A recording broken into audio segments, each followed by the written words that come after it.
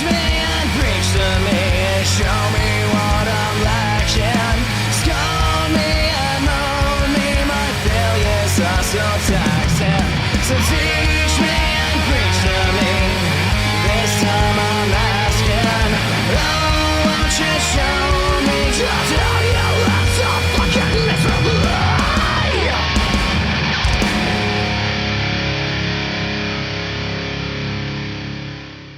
Hello everyone, I'm TWK and welcome to TWK Reviews, where I review whatever's on my mind. In this case, this can be a series of rants about random things in wrestling, just a lot of little things that I can just put into one video instead of having a bunch of tiny videos because I'm not always the best at stretching out ideas, so we're going to get over with that.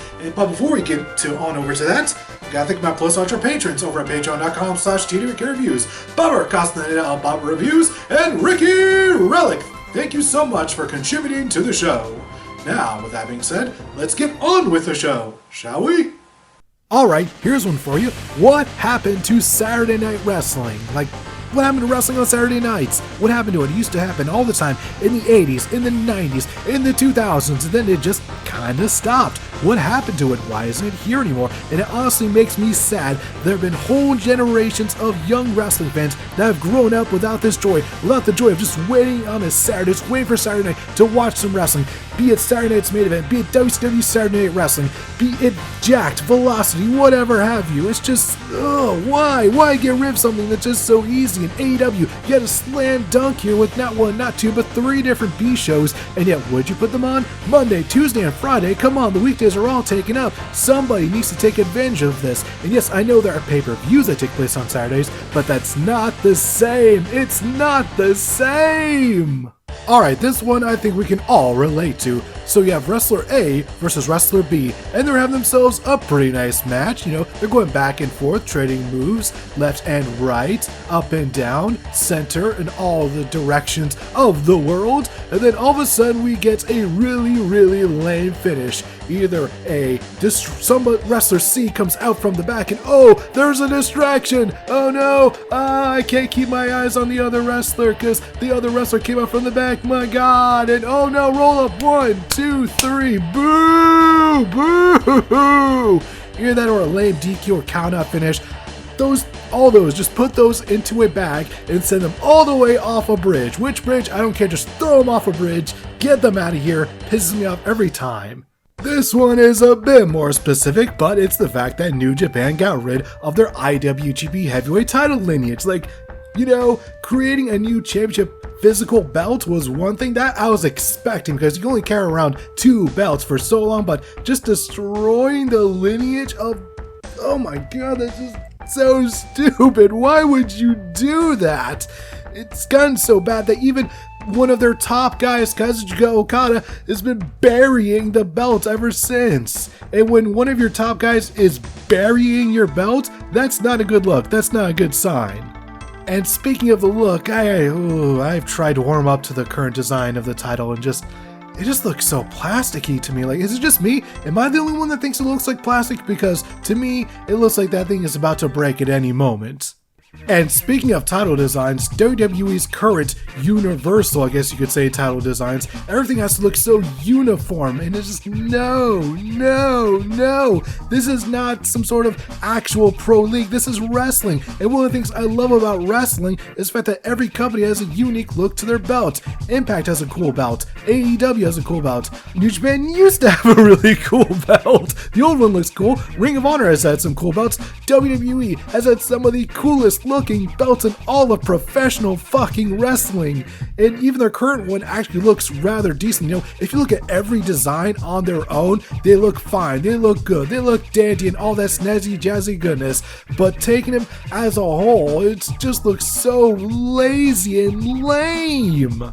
There's also the fact that they redesigned both the US and Intercontinental titles for what I can sum up to be no reason at all, just for the sake of doing it, it seems. and it just kind of baffles my mind because the previous designs were fine, especially the Intercontinental title. The classic white strap looks so good. Who didn't want to wear that? But the current design looks fine. You know, it looks fine. That's all I can think of. I mean, I guess one could say the US title was overdue for a design since it's literally had the same one since 2003, but at the same time, if it isn't broken, why fix it?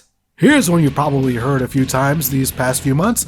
In fact, you probably heard this for the past several years. It's the fact that there hasn't been that much unique set design in WWE for a while, and that's the one thing I do like about AEW is that they do tend to spruce things up every now and again, especially for their themed episodes of Dynamite. But when it comes to Raw and SmackDown, those sets themselves are fine, but when they get to the pay-per-views, it just all kind of blends together. There's no theming going on with the stages at all. The only themes you ever get are just what's on the stage. Just literally what the stage is displaying on the Titantron. Nothing about the actual stage itself. When you think about Backlash, you think of the hooks. When you think of some of the New Year's Revolution, you think of the dragon and the fire.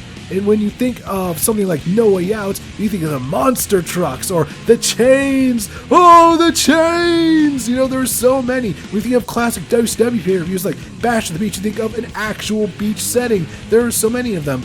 When they brought in Great American Bash from WCW over to WWE, they brought in the red, white, and blue ropes. And it gave it a very unique feel.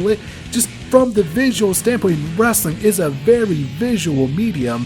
It creates an impression in your mind straight off the bat, and that is very important. Now, when you think about what happened at pay-per-view, sometimes you have to think about it for a few seconds. Say, okay, did that happen here or there? Let me just think. Blah blah blah blah blah blah.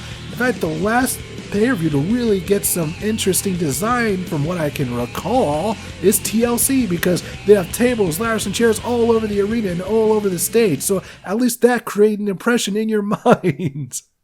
And that's the show, everybody. Let's thank my Class 1B patron, Casey Nicholas Moore, aka the Evil Reverends.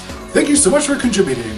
Once again, if you'd like to join any of the ranks, just head on over to patreon.com/TWK Reviews. Now, one thing I'd like to say before we go, I recently watched NXT TakeOver In Your House 2021, because, you know, well, it looks like it was going to have at least maybe a sleeper head on card, but this is not the NXT of old. It is still not. I try to give them another chance, but it's fine.